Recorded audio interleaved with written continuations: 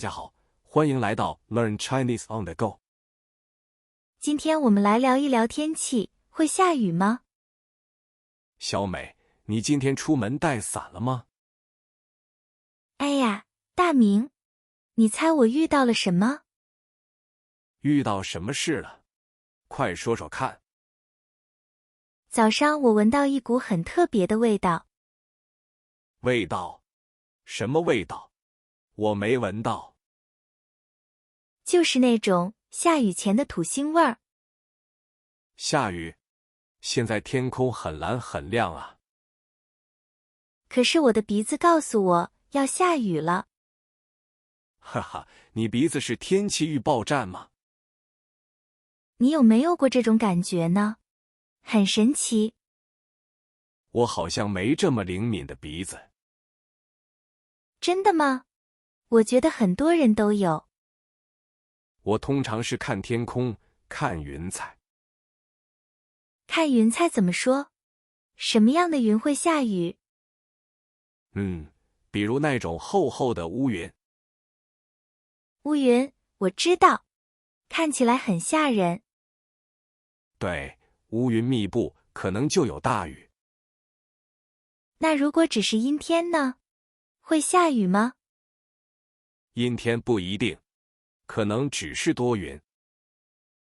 这就是中文里有趣的地方了。怎么说？下雨的说法太多了。有时是阵雨，有时是小雨。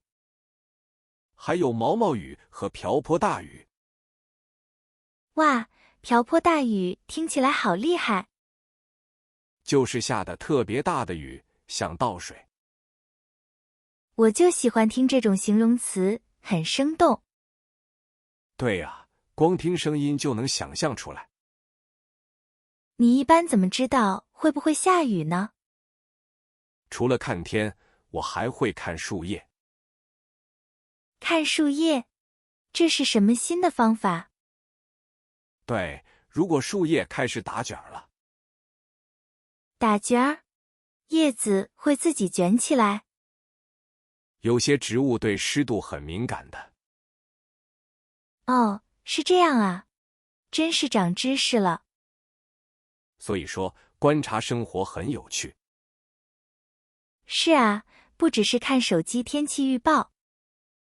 我今天早上就是看手机了。那手机怎么说？会下雨吗？说今天下午有雷阵雨。雷阵雨？那会打雷吗？应该会打雷，可能还有闪电。我有点怕打雷，声音好大。那我们早点回家吧。看来我的鼻子是准确的。哈哈，这次是你赢了。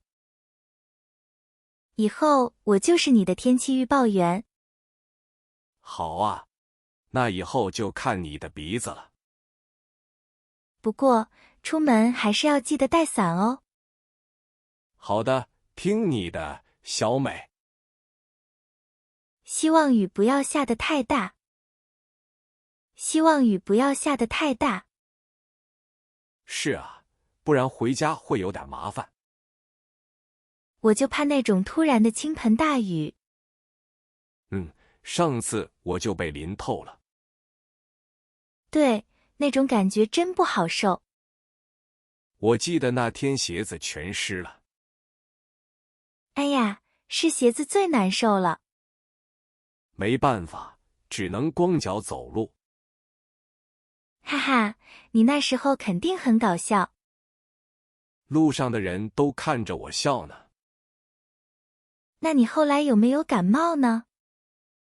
还好，只是有点打喷嚏。所以出门带伞真的很重要。可我常常会忘了带伞。看来你更需要我这个预报员了。没错，你可得提醒我。话说，你知道一场秋雨一场寒吗？哦，这个我听过，是说秋天的雨。秋天的雨一下，天气就更冷了。对，感觉很形象生动。中国人对季节变化很敏感，所以雨不只是雨水，还有意义。是的，它承载着节气和感受。很有趣，我以前没注意过。比如春天有春雨贵如油的说法。春雨贵如油，那是什么意思？意思是春天的雨水非常宝贵。哦，像油一样珍贵，对庄稼好。对，农业社会很看重这个。那现在大家还会这样说吗？有时也会，但更多是比喻。比喻吗？比如在什么情况？比如久旱之后，一点小雨也珍贵。你觉得贵如油还可以形容什么？哎呀，这倒是个好问题。我觉得可以形容很稀有的东西。没错，中国人常借雨抒情。抒情，是指表达感情吗？对，很多古诗词里都有雨。比如夜来风雨声，花落知多少。哇，你竟然还会背诗呢！哈哈，就这一句记得清楚。雨声也能让人感觉平静或忧伤。听到雨滴声，心会静下来。所以雨是生活的一部分，也是艺术。太对了，下雨天喝茶就很舒服。说到雨，不同地方的雨也很不同。哦，你是说雨量大小吗？不止，还有当地人对雨的感受。哇，下次聊聊各地独特的雨文化吧。哈哈，太好了，我正想说呢。比如南方的梅雨季，感觉就很不同。是啊，湿哒哒的，那种黏腻感特别强。北方人可能不太习惯那种长时间的潮湿。对，北方雨少，所以对雨水更珍惜一些。哎，这让我想起“春雨贵如油”这句。没错，形容春雨对农作物很重要。还有祈雨的习俗，你听说过吗？听说过，以前干旱时，大家会求雨。真是生活智慧，期盼丰收的心情。我有一次在云南遇到特别大的雨。哦，是那种倾盆大雨吗？有什么特别？对，但是雨后空气特别清新，很舒服。和城市里的雨水味儿完全不一样吧？是的，还看到彩虹，感觉像仙境一样。哇，那真是很棒的体验，我也想试试。我觉得这跟当地的自然环境有关。那你觉得人们听到雨声会有什么反应？比如，有人会立刻想去收衣服，哈哈。哈哈哈，对对对，这是最真实的反应。还有人喜欢下雨天宅在家里听音乐。看书或者放空，确实很享受。突然想到一个词，风调雨顺。这个词特别常用于形容国泰民安，对吧？对，代表人们对美好生活的期盼。雨水不仅仅是自然现象那么简单，它承载了许多文化含义和情感寄托。说到雨，不同地方的人对打伞也有讲究。哦，这倒是新角度。有什么特别的吗？比如南方人可能习惯随身带折叠伞。确实，因为天气变化快，说下就下。北方人可能觉得小雨不用打伞，顶多戴帽。哈哈，这真的体现了地域差异。还有人说，雨天睡觉会特别香甜。是的，雨声就像天然的白噪音，很助眠。我记得小时候，下雨天最喜欢玩水。哈哈，踩水坑是童年必备的乐趣啊！泥巴弄得全身都是，回家还要挨骂。但那种快乐是现在很难再体验到的。现在的孩子估计更喜欢在家里看动画片。时代变了，但雨带给人的情绪没变。没错，雨天的忧郁和失意依然存在。话说，你知道有些地方有阵雨的说法吗？阵雨是指一会儿下，一会儿停吗？对，特点就是来得快，去得也快。哦，这和雷阵雨有点像，但没那么猛。是的，但预测起来特别有挑战性。确实，有时出门忘记带伞就麻烦了。下次我们可以聊聊那些捉摸不透的雨。哈哈，听起来就很有趣。还有哪些类型呢？除了阵雨，还有毛毛雨，你听过吗？毛毛雨是那种特别细小的雨丝吗？对，就像猫毛一样轻柔，不易察觉。我懂了，有时候根本不用撑伞那种。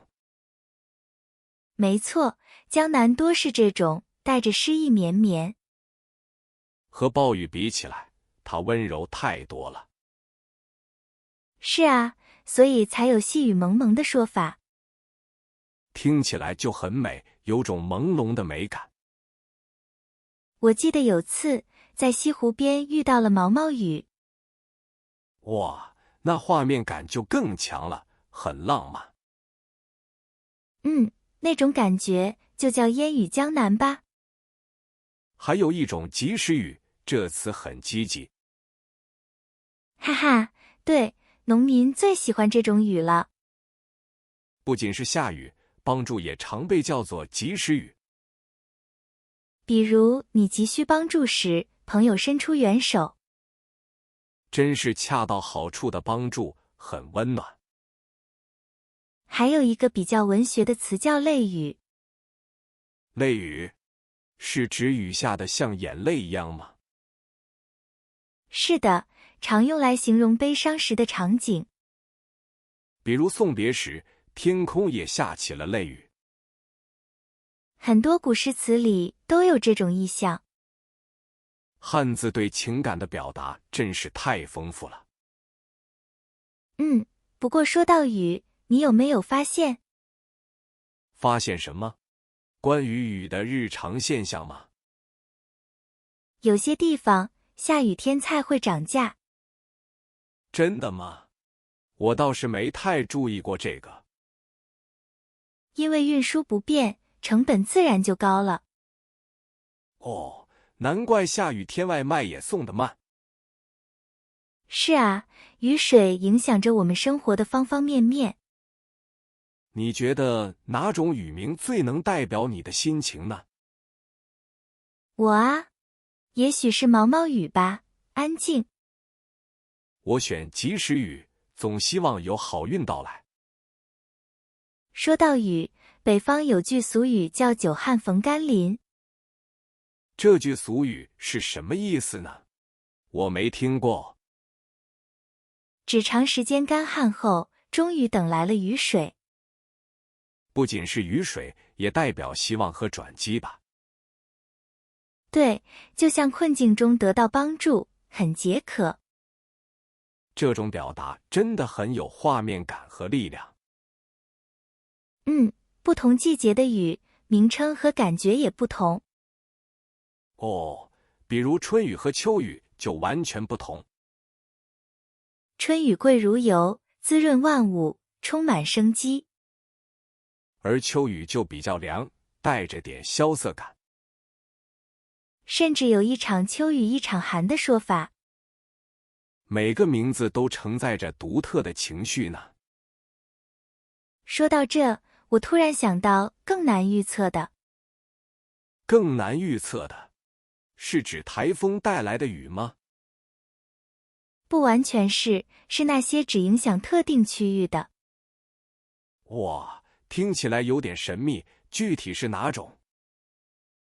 比如城市里的局部暴雨，防不胜防。下次我们再深入聊聊这种雨吧。这种雨真的让人措手不及。对，特别是夏天午后的雷阵雨。我有次就被淋了个透心凉。哇，具体是发生了什么事？晴空万里，突然就大雨倾盆。那感觉一定很狼狈吧？头发都贴脸上，妆也花了。是啊，很多人都没带伞。赶紧跑进商场躲雨避一避。局部雨来得快，去得也快。就像俗语说的东边日出西边雨。这个说法很有趣，什么意思呢？形容天气变化无常，捉摸不定。也像人生中的一些小插曲。古人对天气观察得很细致。总结出了好多经验。比如看云彩颜色和风向。可城市里高楼太多，不好观察。现代人更多依赖预报提醒。你觉得这种预报准确性如何？哎呀，局部雨预报真的挺难。我也发现有时候不那么准。因为小范围水汽变化很快。计划好的户外活动常泡汤。比如去郊游，结果路上就下雨。所以我出门总会带把折叠伞。这几乎成了大家的习惯。